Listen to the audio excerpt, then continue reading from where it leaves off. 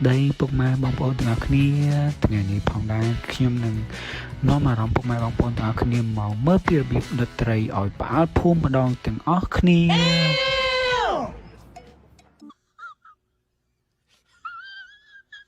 តោះខ្ញុំនឹងនាំអារម្មណ៍ពុកម៉ែបងប្អូនទាំងអស់គ្នាទៅមើលពីរបៀបដុតត្រីពីស្រទាប់ចេកទាំងអស់គ្នា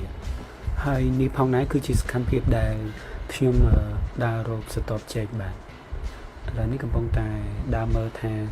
ស្រទាប់មួយណាដែលយើងអាចបកបានហើយវីដេអូនេះមើលទៅរៀងងឹតដោយសារតែខ្ញុំថតប្រហែលជាម៉ោង 5:76 ដែរហើយចឹងហើយវាពិបាកមើលបន្តិចបងប្អូនដោយសារតែមេឃចិត្តយប់ដែរហើយបាទហើយនេះគឺជាស្រទាប់ចេកដែលខ្ញុំទៅកាត់បានអំបញ្ញមិញរៀងច្រើនណាស់ហើយត្រៀមនឹងយកទៅខ្ចប់ត្រីតែដូចជានៅខ្វះអស់អ្នកទាំងអស់គ្នាដោយសារតែយើងត្រូវការអស់ដើម្បីយកទៅបង្កាត់ភ្លើងដុតជាមួយនឹងស្រទាប់ចេកហើយនេះគឺជា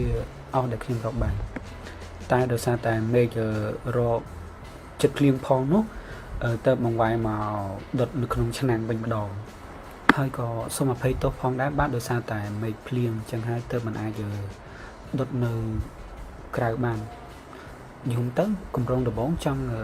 ដុតស្រទាប់ចេកឲ្យអ្នកទាំងអស់គ្នាមើលតែដោយសារតែមេឃភ្លៀងចឹងក៏សម្រាប់ចិត្តមកដុតនៅក្នុងឆ្នាំងវិញម្ដងហើយនេះផងដែរគឺជាសកម្មភាពដែលខ្ញុំបានរៀបចំដុតនៅក្នុងឆ្នាំងហើយក្នុងនោះមានដូចជាគល់ស្លឹកគ្រៃមិនមែនទេអ្នកទាំងអស់គ្នាគឺដើមស្លឹកគ្រៃតែម្ដងហើយនឹងស្លឹកក្រូចម្ដេងហើយយើងមានដាក់ខ្លាញ់តិចដែរហើយនឹងកំភ្លេចដាក់អំបិល200 គ្រាប់ផងបាទដើម្បីឲ្យវាមានរសជាតិតិចចឹងណាហើយយើងបន្តមកយើងដាក់ទៅលើចង្ក្រានហើយនេះយើងរងចាំវាប្រហែល10ទៅ15នាទីចឹងណាដើម្បីវាឲ្យវាឆ្អិនល្អប៉ុន្តែកុំភ្លេចធ្វើទឹកគ្រឿងទឹកត្រីសម្រាប់ជ្រលក់ជាមួយត្រីហ្នឹងតែនេះខ្ញុំធ្វើជាមួយទឹកត្រីស្វាយអ្នកទាំងអស់គ្នាអាចធ្វើទឹកត្រីបុកក៏បានដែរទឹកត្រីបុកឲ្យហឹរក៏វាឆ្ងាញ់មួយយ៉ាងដែរហើយមើលមុខមួយវិញកំពុងតែដេកចាំមើលត្រីឆ្អិននៅតោះឥឡូវយើងទៅអ៊ុតមើលទាំងអស់គ្នាថាវាឆ្អិននៅតែឥឡូវវាមិនតាន់ឆ្អិនទេយើងបន្តដុតតិចទៀតសិន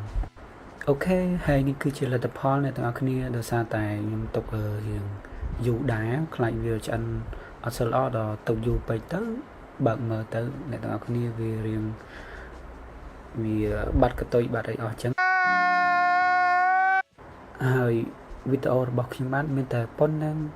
សូមអរគុណអ្នកទាំងអស់គ្នាដែលតាមដានហើយកុំភ្លេចជួយចុច like និង subscribe ដើម្បីទទួលបាននូវវីដេអូក្រោយៗទៀតសូមអរគុណសូមជម្រាបលា